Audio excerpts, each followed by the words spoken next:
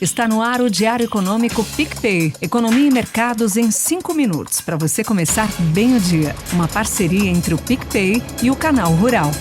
Olá, bom dia! Hoje é sexta-feira, dia 10 de janeiro de 2025 e esse é o seu Diário Econômico PicPay. A quinta-feira foi de um mercado morno. O Ibovespa fechou com uma leve alta de 0,12%, mantendo 119 mil pontos. O dólar uma queda de 1,11%, levando a moeda brasileira aos R$ 6,04. Os DIs, mais um dia de oscilação mista com fechamento na ponta mais longa. A agenda de ontem foi fraca, ficando apenas com dados de produção industrial na Alemanha, subindo 1,5% em novembro ante outubro de 2024, muito acima da média dos analistas, que era de 0,5%.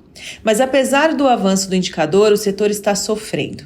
Segundo o relatório publicado pela Capital Economics, a indústria está enfrentando vários ventos contrários estruturais e deve permanecer moderada nos próximos meses. Oxford Economics também avaliou a medição e concluiu que a alta surpreendente registrada em novembro foi amplamente impulsionada por fatores pontuais e é improvável que represente o início de uma recuperação sustentada do setor. Além disso, a consultoria britânica nota que, apesar da breve aceleração de novembro, a indústria alemã deverá pesar sobre o crescimento econômico no quarto trimestre, juntamente com vendas no varejo e comércio, que também não deverão sustentar os últimos números positivos, devido ao aumento da inflação, desaceleração do crescimento salarial e a piora da confiança do consumidor. Mas por que estamos falando tanto de Alemanha? Simplesmente porque o país representa 24,2% do produto interno bruto total da zona do euro, costumamos usar até mesmo como termômetro para condições econômicas do bloco. Não vou comentar nesse diário sobre o CPI, também da Alemanha, divulgado ontem, porque foram dados prévios e nesse caso faz mais sentido comunicar o dado oficial. Mas ainda no cenário internacional, tivemos uma taxa anual de inflação ao consumidor, o CPI dos países que integram a Organização para a Cooperação e Desenvolvimento Econômico, a OCDE, ficando em 4,5% em novembro de 2024, inalterada em relação ao nível de outubro, segundo o relatório.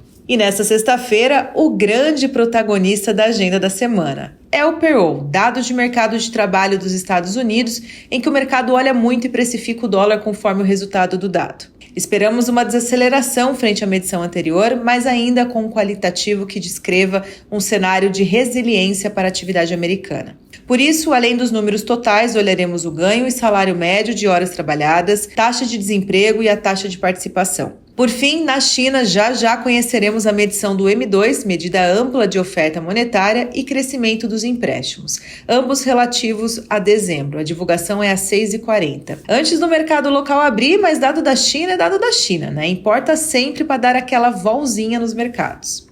Aqui no Brasil, o destaque de ontem ficou para os dados da PMC e o volume de vendas do varejo restritivo recuou 0,4% em novembro, equivalente a um crescimento de 4,7% em relação ao mesmo mês de 2023. Já o varejo ampliado, que inclui todos os setores, como veículos, motos, peças, materiais de construção e atacarejo, registrou uma queda expressiva de 1,8%, mas correspondente a uma expansão de 2,1% frente a novembro do ano passado. Esses resultados evidenciam uma desaceleração em ritmo bem lento, com o desempenho permanecendo bem positivo na comparação anual. O setor de comércio segue próximo dos seus níveis recordes. Olhando para o futuro, mantemos a nossa projeção de crescimento de 4,9% para o varejo em 2024. No entanto, em relação ao conceito ampliado, revisamos a nossa expectativa para 4,3%, devido ao resultado de novembro mais fraco do que o esperado. Para 2023, projetamos uma desaceleração do crescimento influenciada principalmente por dois fatores: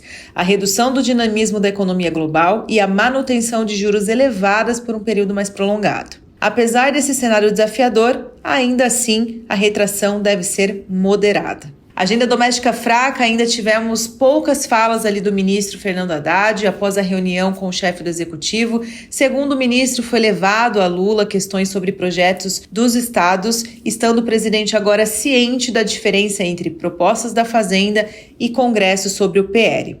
Lula tem até o dia 13 de janeiro para decidir sobre vetos. E hoje chegou o grande dia. Nessa sexta-feira, vamos conhecer a medição final da inflação de 2024. Às 9 horas será divulgado o IPCA de dezembro e a nossa expectativa é uma inflação de 0,55 e um acumulado anual de 4,86. Alimentos deve continuar sendo o resultado do movimento altista. Apesar do qualitativo ainda mostrar riscos, deve vir melhor do que o mês de novembro. Se errarmos, a inflação deve vir menor e o resultado de 2024 ficará em 4,8. Vejo vocês na segunda-feira com aquela sorte de sempre. Bom dia e bons negócios.